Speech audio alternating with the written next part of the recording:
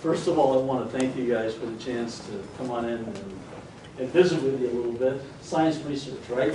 That's what we're talking about. My name is Mr. Rainey. I put it up here on the board.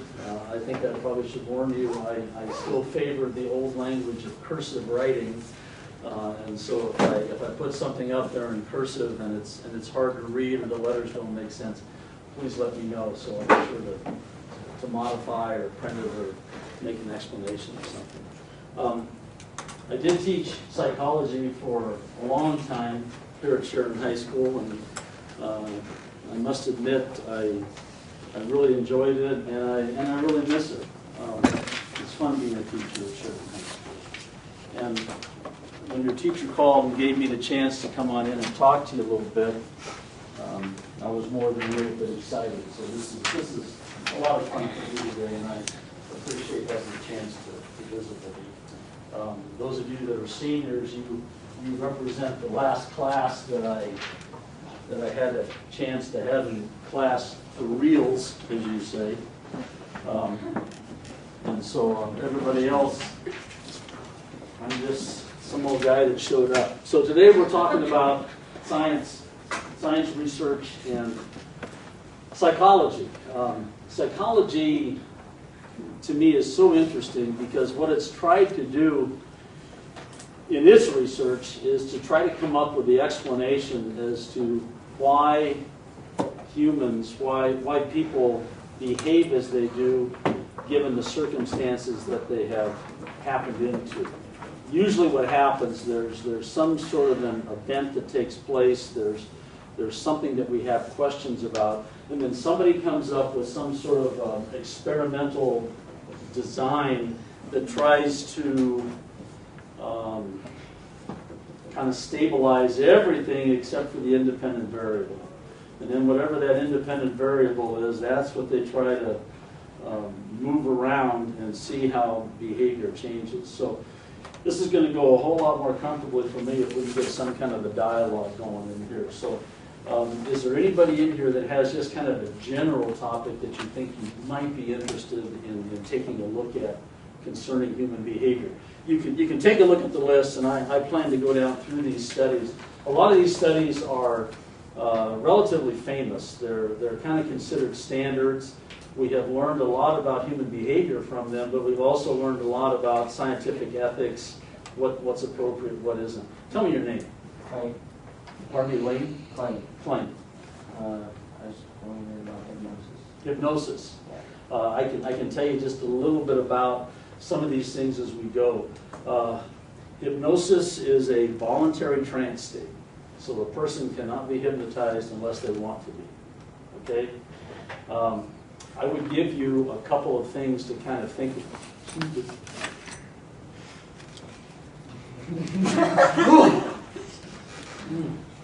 Whoa. Yeah, now that was a test. Did anybody feel a yawn kind of coming up? Yeah, there's a If you did, you're probably somebody who was more easily hypnotized than somebody else. A study that has been done that I thought was really interesting is with animals. One of the things that people feel is true is that our animals link with us. And so this is a study that has been done. This is one that you could try. The same is true with dogs. If you yawn to a dog, you will very often get a yawn back. That's awesome. I'm not lying, man. But if you yawn at a dog, you will very often get a yawn back, and it seems to be something that psychologists think kind of proves that link between animals and man. Hypnosis, though, is a voluntary trance state. You can only be hypnotized if you want to be. If you are hypnotized, you will never do something that morally goes against your standards. Okay? Nobody has the ability to hypnotize you, or you don't have the ability to hypnotize somebody else and truly take over. You know, we could do a group hypnosis thing in here, and all of us could be in a trance state, and if the fire alarm went off, all we do is just kind of wake up and walk out of here. Okay, we wouldn't sit here and burn up in the flames and say, "My God, that science class it was burned up." Okay, anybody else have one? Yeah. Yeah. Yep. You guys are just kind of teasing me here. Yes, tell me your first name again. Anne, Ann. I wanted to do the effects of priming. Of what? Priming? Priming. Priming tends to be a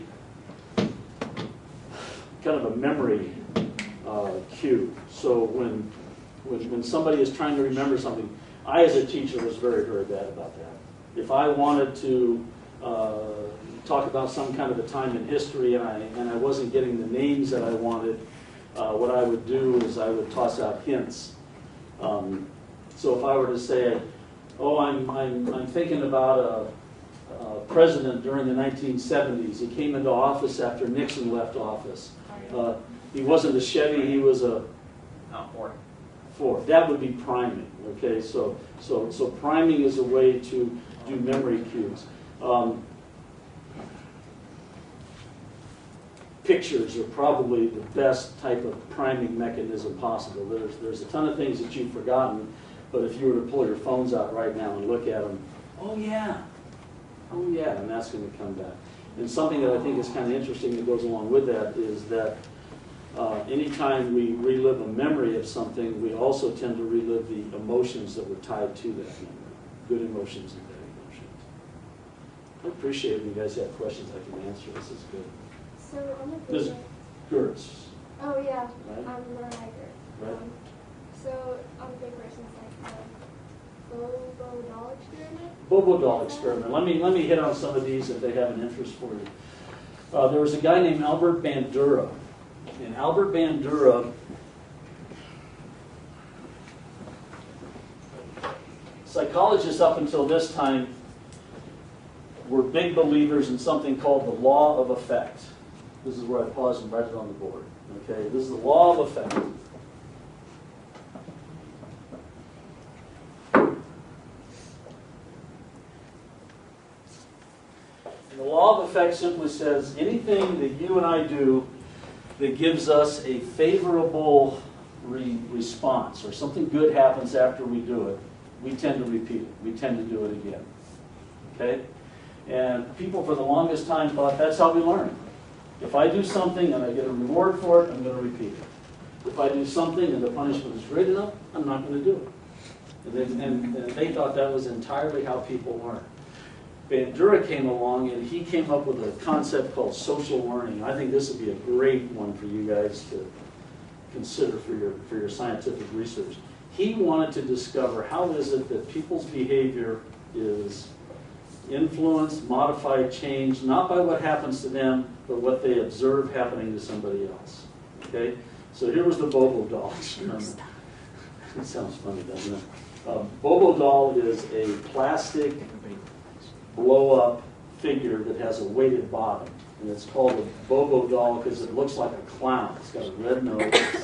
And when you hit it, it goes down, but because of the weight, it bounces back up. You know what I'm saying? Mm-hmm. Children's punching bag. Okay. And by the way, all of these that have a little asterisk next to them, did I say that right? Asterisk. You can look them up on YouTube, and there's videos on all of them. So here's what he did. Bless you. Bandura took little kids, and he did a really good, solid scientific study. He had girls observe women, he had boys observe men, he had women or little girls observe men, little boys observe women.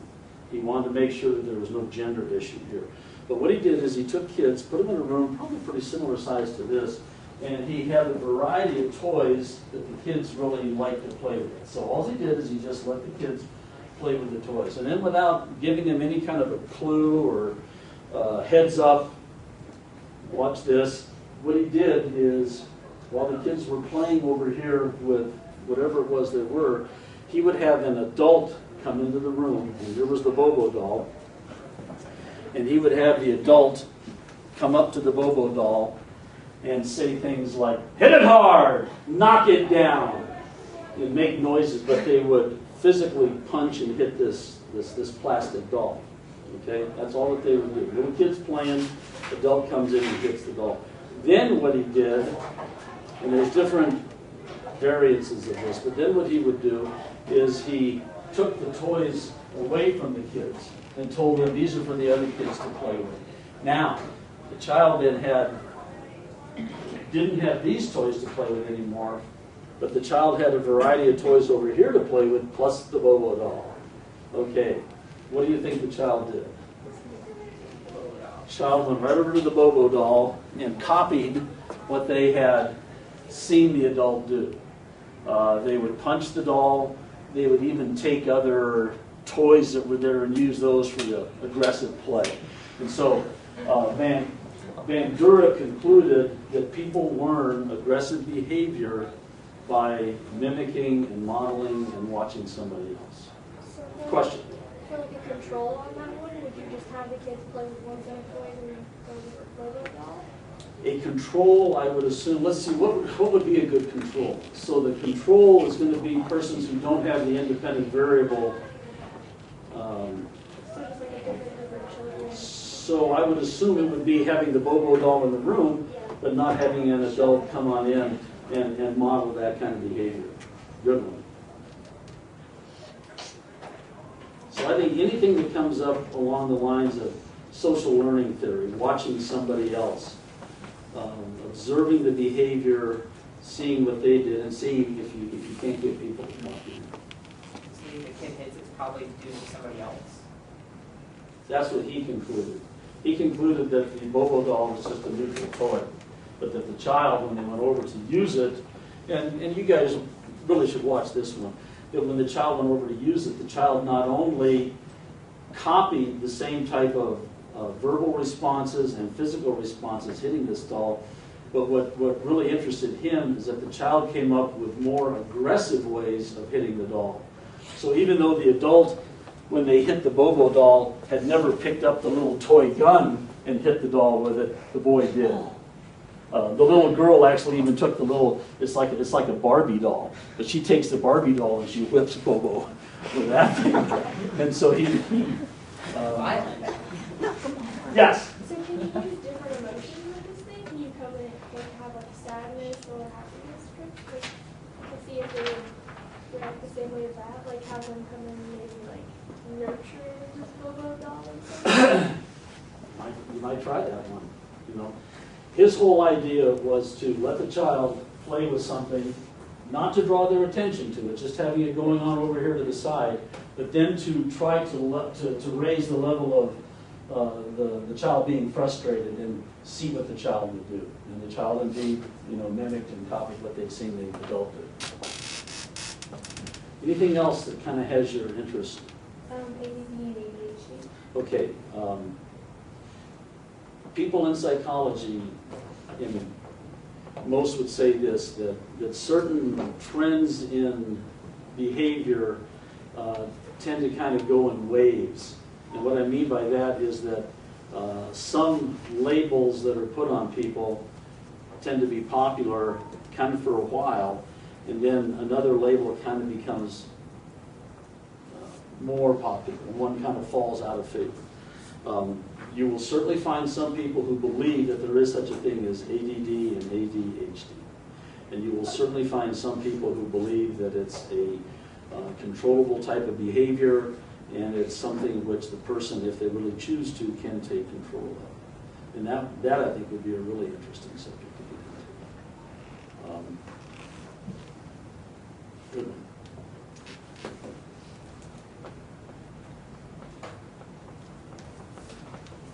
Don't forget, I talked for a long time, so your silence does not make me uncomfortable. Yes? What about how, like, some people say that, like, a child being violent is from, like, modeling some other person, like, if they examine their parent being violent, then they'll be violent, but some kids are just, like, naturally violent, like, you could just have a... I think that would be a very complicated but a very interesting study. I have always believed, either right or wrong, that I could probably go over to Sagebrush School right here and take a look at the behavior patterns of people in the 4th grade and probably have a pretty good idea who's going to have behavior problems when they get up here into high school. Now, I don't know if you believe that or not. I do. Do I have any kind of a study to back it up? No.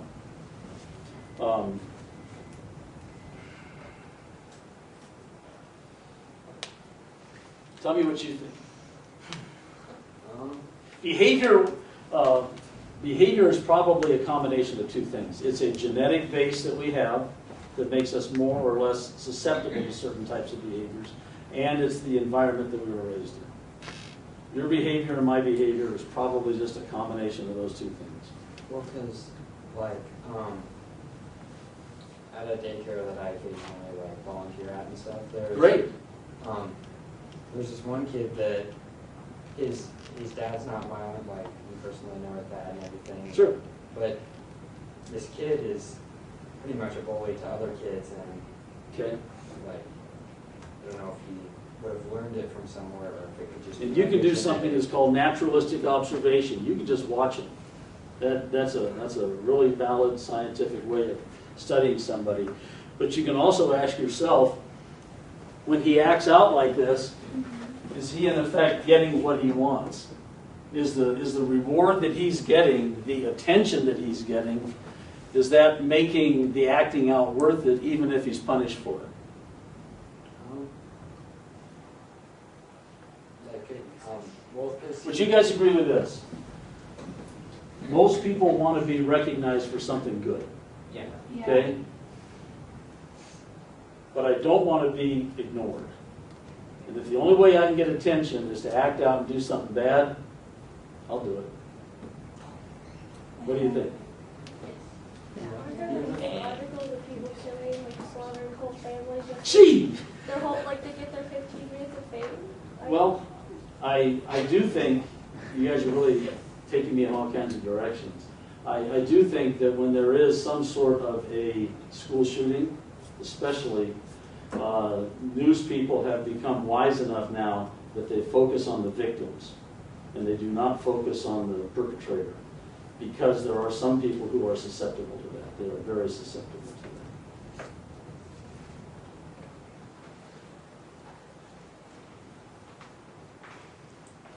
Is this where you pause until I come up with something else to talk about? You guys are pretty good on things like independent variable, right? Dependent variable. There's one that maybe you haven't hit on, it's called a confounding variable. Confounding variable is any time that you do a study, but you do something in it that makes it invalid. Okay? If I'm testing the effects of a certain drug on ADD, and I'm the person who's developed the drug, I have a real vested interest in that drug working. And so, if in my study, when I analyze the data that's in front of me, I'm biased in how I approach somebody's behavior because I know who's getting the independent variable and who's just getting the sugar pill, that could be a confounding variable because I want my study to show certain results. And the way around that is to create some sort of a study that has hopefully more than a single blind, it has a double blind. I don't know who's getting the drug. I'm kind of rambling here. Yes? Is it ever not ethical to use animals in experiments? You're going to get a real mix on this. Personally, I'm just talking for myself. Personally, I feel that if the study has value for humans, then I take that into account, and I'm willing to see some animals suffer and be sacrificed for it. Now that's just my take. Some people are adamant. No one should be hurt. There are some ethics to testing, and I did put these down at the bottom of the page.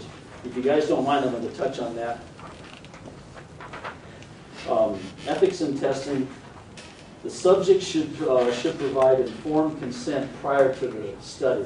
It's not fair to trick somebody, so to speak, into taking part in a study for you. And I'm going to talk about some studies here, and I think you're going to see that that's probably one of the first ethical things that were violated. Subjects should be chosen through a random selection, with everybody in the study having an equal chance of being selected for the control or for the experimental group. if we were going to do some sort of a study, let's say of the entire Sheridan High School student body, Sheridan High School student body is about 900 students. It's probably not practical to try to do something that would involve 900 students. So if we're going to have a representative sample,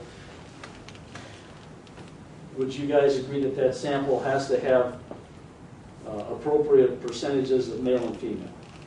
It has to have appropriate percentages of freshmen, sophomores, juniors, and seniors. It has to have appropriate samplings of persons at all the different class levels. Ethnic groups, if that were an issue, it's really not an issue here. And then, within that group, everybody has to have an equal chance of being chosen. I've got to flip my paper over. Subject should not be injured, either physically, emotionally, or mentally. You don't want to leave somebody with some sort of an emotional scar just because it's a test of some kind of human behavior. The results of the study should be made available to the subjects that were involved in it. And one here that I'm really fond of is number 5. Your studies should be able to be replicated. A lot of you, if you guys go on and take some kind of a psych class in college, they're going to give you the very same thing that your teacher's doing now. And sometimes it's hard to come up with a new study.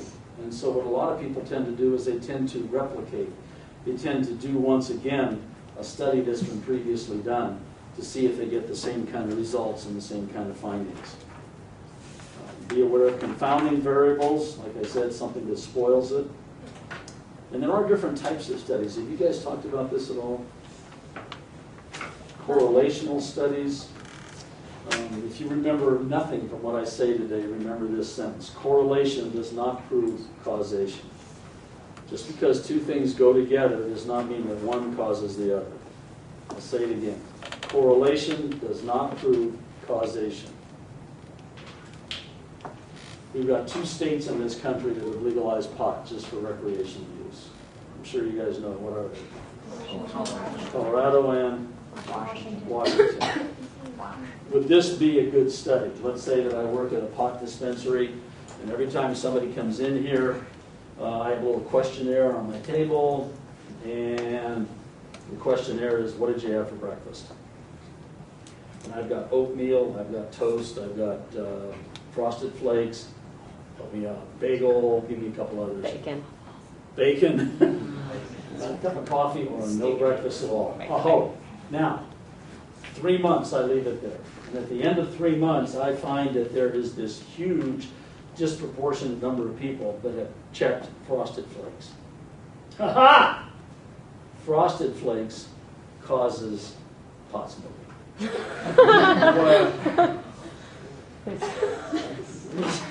Correlation does not prove causation. Just because those 2 things go together does not mean that one causes the other. I'll say it again. You know what I'm saying? Nah, me. Yes? Why does it seem like girls are more difficult than guys, like in a variety of ways, I guess you could say? Okay, I'm having a hard time here. You kind of trailed off on me there. Why is it that? Girls are more difficult than guys in like a variety of ways, I guess. In adolescence? Yeah. Or Yeah. in anything? Huh? He just laughs at everything, don't Ben? I think you guys could have a lot of fun with this one. Who's on Facebook? I am. Okay. And Facebook, who's ever heard about Pavlov's dog? Have lots of stuff. Okay, what did the dog salivate to? The sound of the bell. That's not about. The meat powder, okay?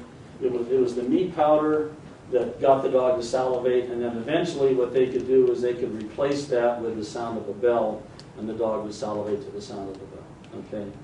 Facebook, to me, the reward that people are after, and I'm just an old guy, so I could be way off base here, but to me, the reward that people are after is to get a certain number of likes on stuff, right? Certain people do like a certain amount of likes. How many of you would agree with me on this, that some people simply change their profile picture for no other reason and they know friends are going to like it and say how pretty they are? Yeah. I think I'm like that. Do you guys agree with that or not? Maybe I'm wrong. Yeah. Okay? Selfie, number Do 7. you think that if you quit giving them likes, they would quit posting new pictures for you to see? Eventually, probably so. I'm trying to bring this back around to what you were saying. I do think, well, this is really a sexist statement. I do think that girls are more prone to the whole drama thing. I think if you were to put together some sort of a study that involved susceptibility to or sensitivity to drama, I think it would be an interesting study of the two genders. I don't see the counseling office full of boys angry about what so-and-so said about such and such. So are you saying there's a biological difference between boys and girls? Yeah. Yeah, I think, yeah. And my dad's too. Let me hit on some of these studies.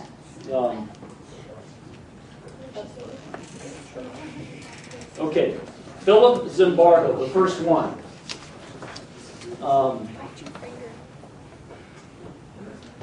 He was really interested in how is it that when people are given a different role in society, sometimes a different job, different position, promotion, whatever it might be, he was really interested in how does the social role that a person plays affect the way that they behave and act with other people.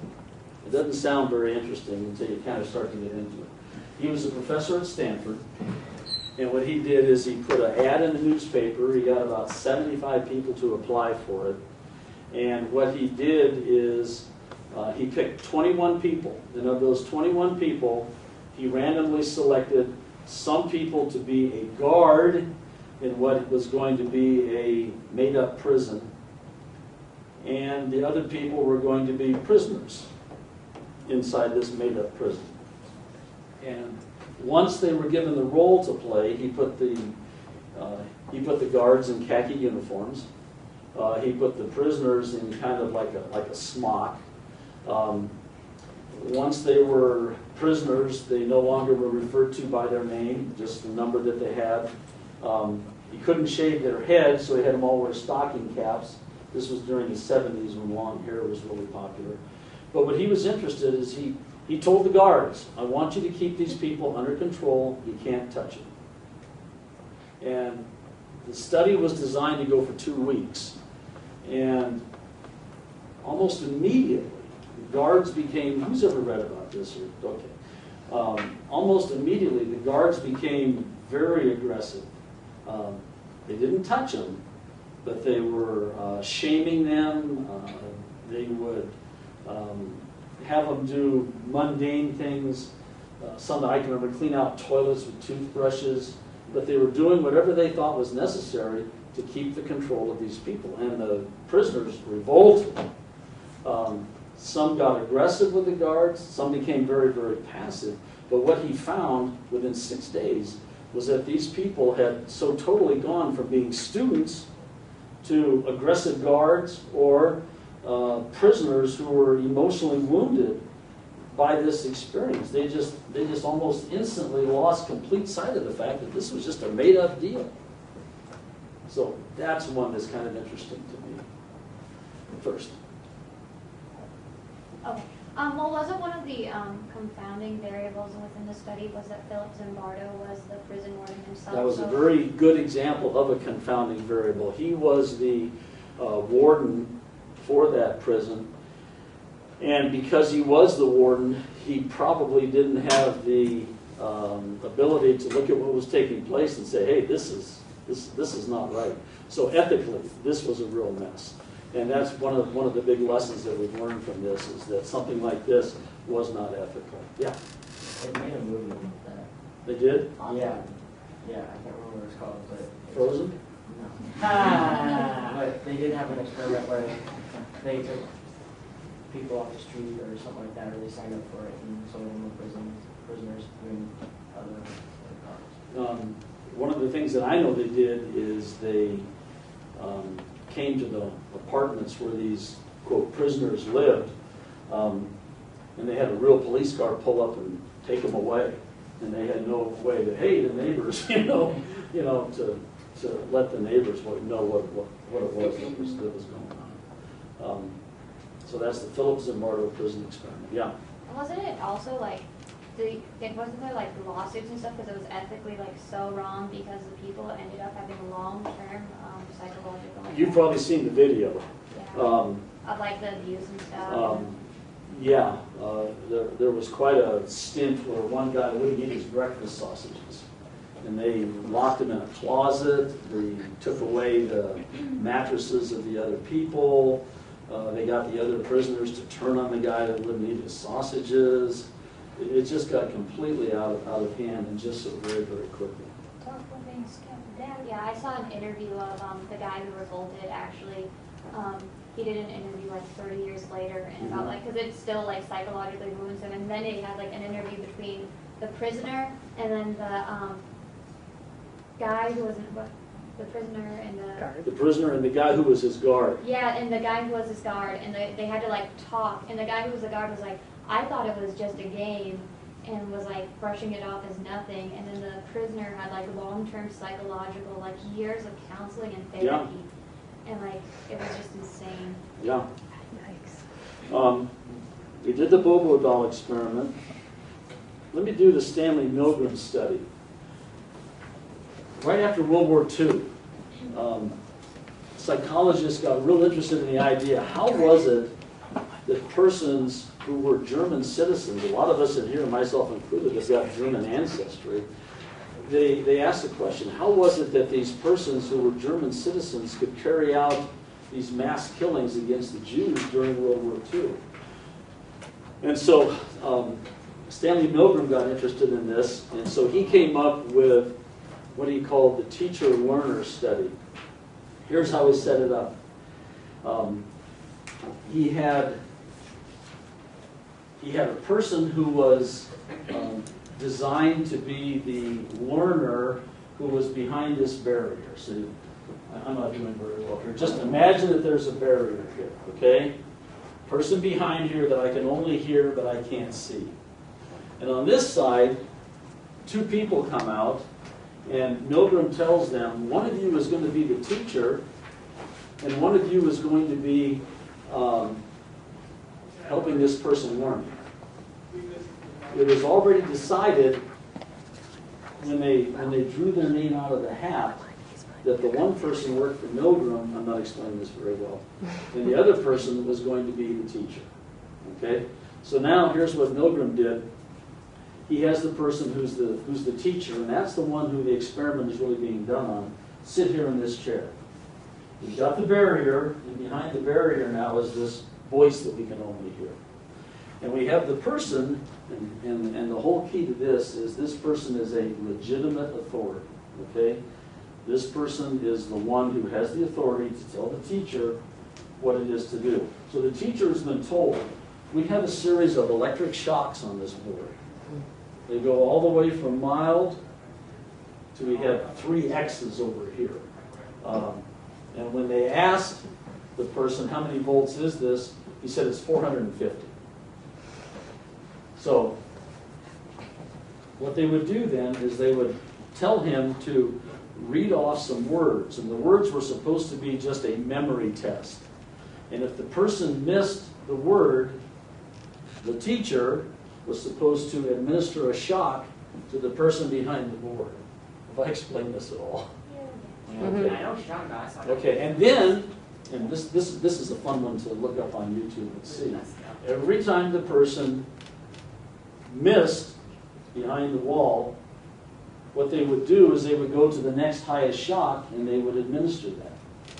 Well, progressively, as they kept getting higher, the person behind the wall now starts to shout for help. He's saying things like, let me out of here. Help. You can't do this to me.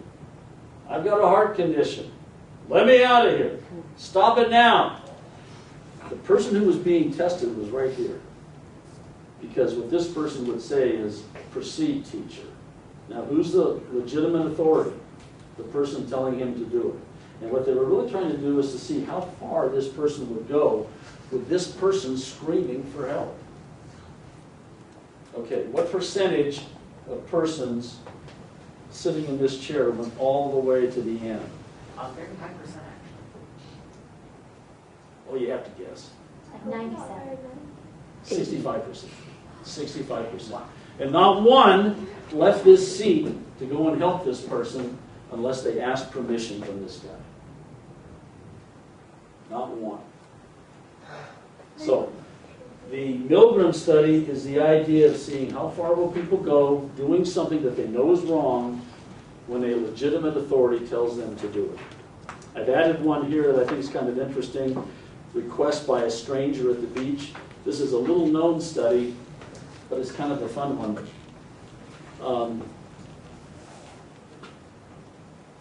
A person did this. Went to the beach, laid on their blanket. It was a woman. Laid on their blanket, but they had a radio that they were listening to.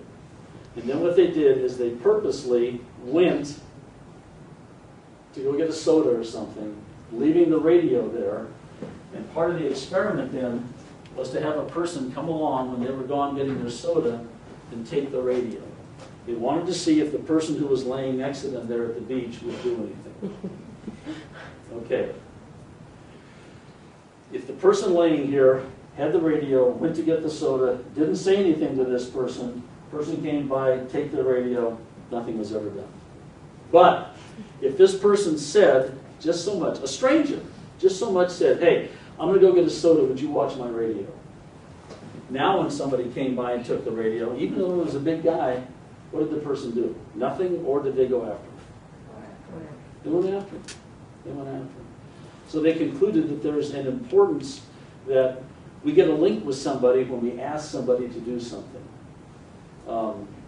Yes? Wouldn't like the person that was asked to watch it feel like it was his, if the other guy did take it, and Now I have a responsibility. he felt like it was his fault that they took it, so Yeah. he was felt like he needed Yeah. I don't know this person, but they've asked me to do it, I'm going to do it. Yes? There was this one experiment I saw on YouTube where they would see if someone would like be more apt to steal an expensive thing if it was owned by like a homeless person. So they took like there's these expensive shoes. I don't remember what they're called, but they're like $5,000 shoes or something, like rare shoes. And I'll they say made they're expensive, yeah. and they made an exact replica of them. Okay. And they dressed up a guy like a homeless person and put the shoes next to him. And almost every time someone would take the shoes and try and steal them because a homeless person owned them. So, and every person they asked why they took the shoes, they would say because the homeless guy owned them. And they would say, why? What would the homeless guy do with the shoes? And they said he would probably sell them for drugs or something. So they assumed that just because he was homeless, he would sell them for something. And a good term to look up here would be cognitive dissonance. It's kind of how we justify things that we know are wrong. Because in our own mind, it kind of lessens the guilt that we feel. The stranger at the beach thing reminds me of every time I go to the airport, there's that lady who's like, never leave your bags unattended. Never trust a stranger's bags. And every time I go to the airport, there will be someone talking next to me, or it'll be me even. It's like, I really have to pee. I swear to God, I'm not a terrorist. Will you just watch my bag for a second? And every single time, people are like, yeah, sure, great, go for it. But really, well, because He's the last person you want to say. well, I'm not I know, a but terrorist. I just like, I don't have a bomb in my bag. I just really have to go to the bathroom. That's what I say. Yeah. But it's like, will you just watch my bag? I promise I'm not a bad guy. And every time, they're like, oh yeah, of course, go. You know, like there's no self-preservation there or something. One that I must cover is the blue eyes, brown eyes. This lady, Jane Elliott, when Dr. Martin Luther King was killed in 1968, she wanted her students in this grade school class to have a better understanding of racial issues in this country. And so she came to school the next day, and what she did is any student that had blue eyes was given the opportunity to put a little brown collar around the neck of any student in her class that didn't have blue eyes. So who's got brown eyes in here? I do. Okay. So anybody that has blue eyes will be able to come up to you in her class and put this collar on you. And what that collar did is it made it recognizable that you were different from the other students in the class. She then told her students that the blue-eyed kids can only play with the blue-eyed kids during recess. The brown-eyed kids cannot play with the blue-eyed kids. She then began to teach lessons in history, saying things like George Washington, father of our country, a great blue-eyed American. And she would stress the importance of these persons that had blue eyes, constantly putting down the brown eyes. And what she found is that in very short order, the kids would pick up slang for him. You're nothing but a no-good brown eye. Sometimes they might even use the N-word in relation to being a brown-eyed person. And then after that, then she called it off and then tried to break this down for the kids so that they could realize this is what racial prejudice has been like in this country. Yeah. She didn't do anything for people with green eyes. Me too. They didn't have blue eyes. Somebody so- always asks that question, and I don't know what she did with the green-eyed kids. Yeah. Yes. These tests, how would we make sure that we didn't get in trouble? I don't know, because I feel like someone could get in trouble. Now they probably Having a could. child start referring to brown-eyed people. Oh, sure. I'm sure now a teacher would get in trouble for that. It was like a scientific. How did she, did the And then actually, she Racism continue she after? very quickly quit teaching after this. And if you look her up now on the internet, she does a lot with the LGBT group. She is a very aggressive woman when she gives her presentations. She gets after it. If you guys look her up, she's still talking about the same subject. Yes. Well, I watched another movie, and it was like an interview with the kids who had been in her classroom, and they thought it was a good thing, because like the next day they flipped it so that the brown-eyed kids were superior to the blue-eyed did they? kids. Oh, Yeah. I was wondering what happened to that. And so like they had an So you're interview not- with like not a big as a- reunion, a 20-year reunion, Uh-huh, and everyone right. came in and they're Exactly. like, I learned so much from this experience. So it was like, it wasn't like they had like long-term psychological problems. You actually learn I'm not gonna something. marry see you, the you flip brown side. eye. You see the positives and negatives of both. You see the whole picture out of that. I had a study I wanted to do with you guys. How many of you guys are packing personal music? I am. Right? Hacking. How many have some kind of personal music earbuds on? Your phone. Okay. Music on your phone. Please take them out. Please take them out. I'm going to do a real quick experiment with you. It's okay. You can take your phones out for this. If you have music on your phone.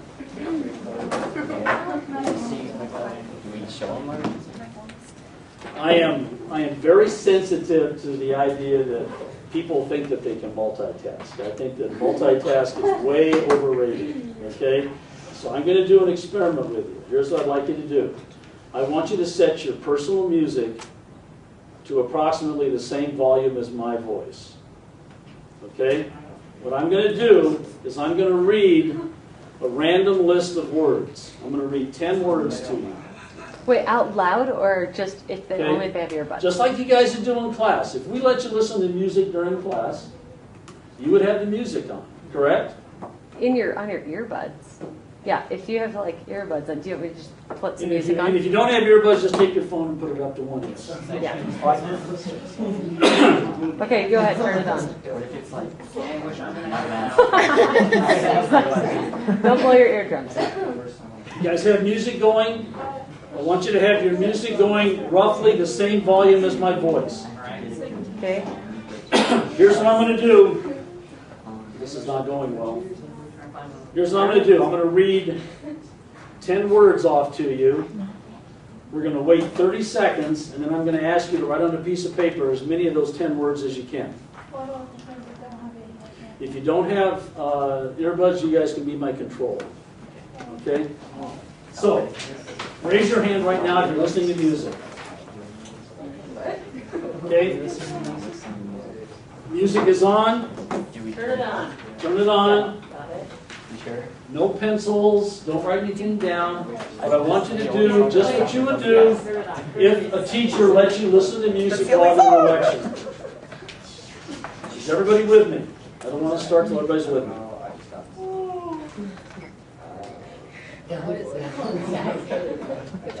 Okay, I'm going to start now. Music is on. Try to listen to the music. Try to focus on me. Blue, East, Utah, Robin, Left, Sioux, Red, Pistol, Elk, West. We're going to wait 30 seconds. Keep the music going. You multitask.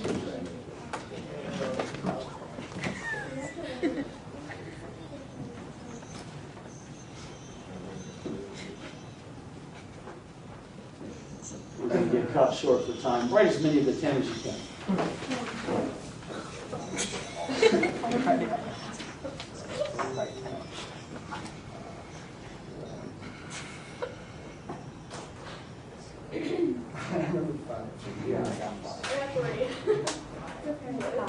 Okay, don't share them with somebody else. All these confounding variables kicking around the room. Okay, now, music off. Earbuds out. Music off. A new list.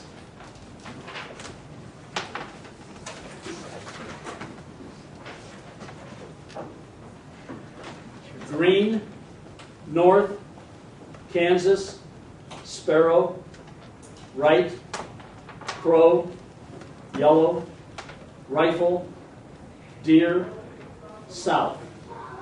Hold it. Hold it.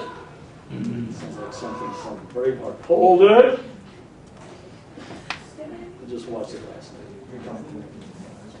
night. Go.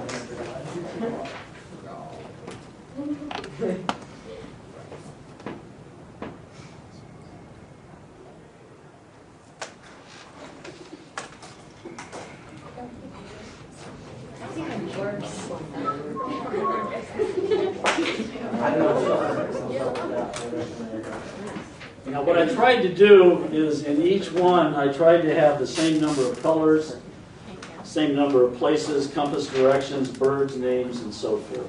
Animals. Okay, check your own. Here's the first one, with music. With music, I'm interested in knowing how many you got correct. Blue, East, Utah, Robin, Left, Sioux, Red, Pistol, Elk, and West. How many did you get right? Oh, 9. I got 9. 2. But I wasn't listening. Okay, without music. Without, right? Without music, this is the other list. Green, North, Kansas, Sparrow, Right, Crow, Yellow, Rifle, Deer, and South. I got 5. I only got 6.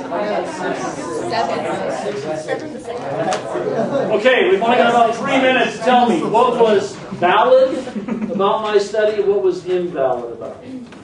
I got 66, but I had one wrong on the music part. So I had 7. You made up a word. I made up a word on the first one. I wrote down the first one. Making up a word is called confabulation. That's false memory. That's kind of a cool word to know. You made me want to listen. What was valid or what was invalid about my study? Was it a good controlled environment? Not really. Should I have everybody listening to the same music at a set volume for a specific length of time? Yeah. That would have made it better. What else? Is it a good study because there's different Pretty good people in sample. class? Male, female. People listen to the kind of music that they like. You have the same- music that I might come up Same with. number of words. Same number of words. I can tell you this: the first word in the first one was blues, and the first word in the next group was green. East, North, Utah, Kansas. So I tried to hit that along those sides. Okay, bell's going to ring. I enjoyed this. Yeah, Good luck.